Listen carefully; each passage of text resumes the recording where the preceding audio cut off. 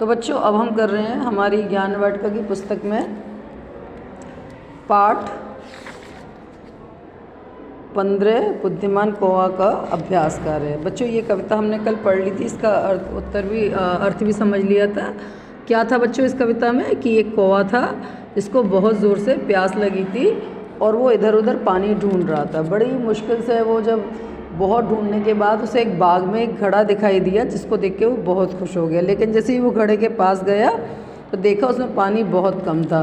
अब कौवा परेशान हो गया और उसके बाद सोचने लगा कि मैं क्या करूं कि मैं पानी पी पाऊं।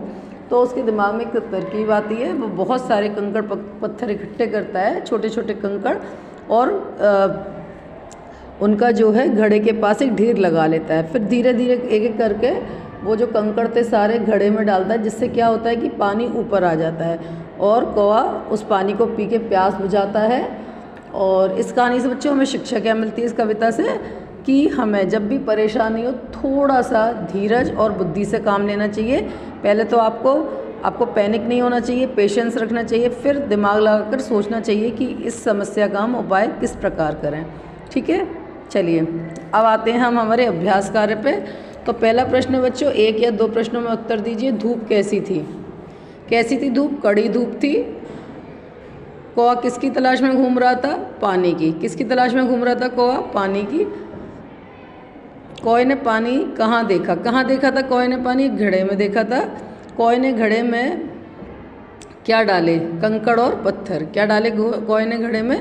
कंकड़ और पत्थर। उसके बाद प्रश्न 2 है, कविता की पंक्तियाँ पूरी कीजिए। थका हुआ डैश वह प्यासा कौवा उड़कर डैश एक बाग में आया, देखा एक डैश घड़ा तब उसने कौवा फूला नहीं समाया। खुश डैश देखा, खुश होकर उसने तब देखा पानी पहुंचा था ऊपर, कौवे ने झट प्यास बुझाई पीकर पानी तौन फुलाई। इस प्रकार से हमें इस कविता को पूरा कर लेना है। फिर हम आते हैं हमारे प्रश्न 4 पर। इसमें क्या करना है बच्चों, देखिए नीचे दिए गए शब्दों से का वाक्य में प्रयोग करना है। प्यास, प्यास से क्या बनाया हमने वाक्य? कौवे को तेज प्यास लगी थी। धूप, आज तेज धूप है। चतुराई का क्या बनाया है? कौवे ने चतुराई से काम लिया। बच्चों आप ये अपने आप भी बना सकते हैं, ऐसा नहीं है कि जो मैंने बनाए वही आपको लिखने हैं या बोलने हैं। कौवे ने चतुराई से काम लिया, है ना। और मैं या फिर मेरी माँ बहुत चतुराई से खाना बनाती है। कुछ भी आप इस तरीके से लिख सकते हैं। झटपट, झटपट का क्या बनेगा? कौवे ने झटपट सारे कंकड़ घड़े में डाल दिए। उसके बाद है खुश, पानी पीकर कौवा बहुत खुश हुआ। अब आता है नीचे दिए गए शब्दों का उच्चारण करते हुए इन्हें बार बार इन्हें हमें 4 बार लिखना है। तो पहला जो शब्द है वो दोपहरी, तो दोपहरी 4 बार। प्यास, प्यास, प्यास 4 बार। कौवा, कौवा, कौवा 4 बार। चोंच, चोंच, चोंच, चोंच 4 बार। और पत्थर, पत्थर, पत्थर, पत्थर ये भी आपको 4 बार लिखना है। उसके बाद सही शब्द चुनकर कहानी पूरी कीजिए। अब यहाँ पे ये कुछ शब्द दे रखे हैं, इधर उधर, प्यास, बुद्धि, घड़े, उड़, कौवा, उपाय, कंकड़, पानी, ऊपर, प्यासा, कम। तो ये सारे शब्द हमें हमारी कहानी में प्रयोग करने हैं। जैसे एक दिन एक बहुत था। कौन था? कौवा। कैसा था? प्यासा।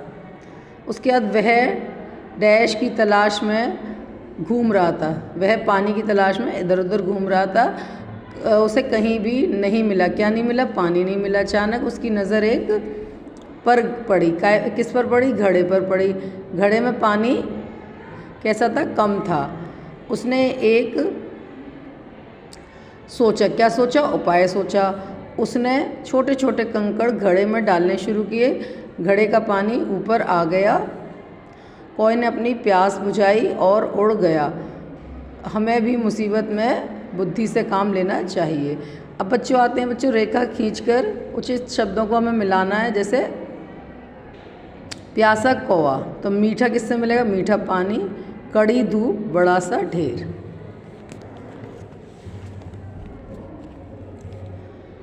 बुद्धि, निम्नलिखित शब्दों की तुकबंदी से 2-2 शब्द लिखिए।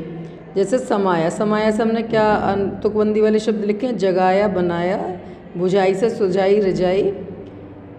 झांका से कांटा, टांका, कांटा, कांटा टाँका और कांटा, खड़ी से हो जाएगा बच्चों लड़ी और अड़ी। यहाँ पर बच्चों कुछ ये ऑब्जेक्ट दे रखे हैं, हमें बताना है गर्मियों में हम क्या क्या चीज़ें यूज़ करते हैं। जैसे शरबत, गर्मियों में हम जिन जिन चीज़ों का प्रयोग करते हैं उन पर सही का निशान लगाना है। शरबत हम गर्मियों में पीते हैं, इसको टिक करेंगे। आइसक्रीम भी गर्मियों में खाते हैं, इसे टिक करेंगे। हीटर नहीं चलाते हैं, क्रॉस कर देंगे इसको। पंखा चलाते हैं, टिक। स्वेटर पहनते हैं, नहीं पहनते हैं, क्रॉस। रज़ाई भी यूज़ नहीं करते हैं, तो ये भी क्रॉस आएगा। इसके बाद बच्चों अब हम करेंगे हमारे ज्ञान वाटिका पाठ 15 के बुद्धिमान कोआई के शब्दार्थ और प्रश्न उत्तर। तो इसके शब्दार्थ देखिए, कड़ी धूप। कड़ी धूप का क्या अर्थ होता है? तेज धूप। जल का पानी, बारंबार, बार बार। तोंद का अर्थ होता है बड़ा पेट। चतुराई, चालाकी या फिर समझदारी।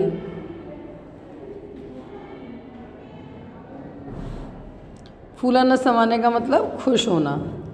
अब आता है बच्चों प्रश्न उत्तर।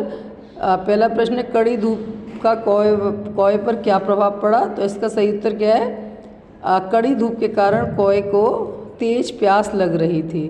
बच्चों ये अलग अलग मात्राएं, प्लीज़ डोंट बी कंफ्यूज। कड़ी धूप के कारण कौए को तेज प्यास लगने लगी।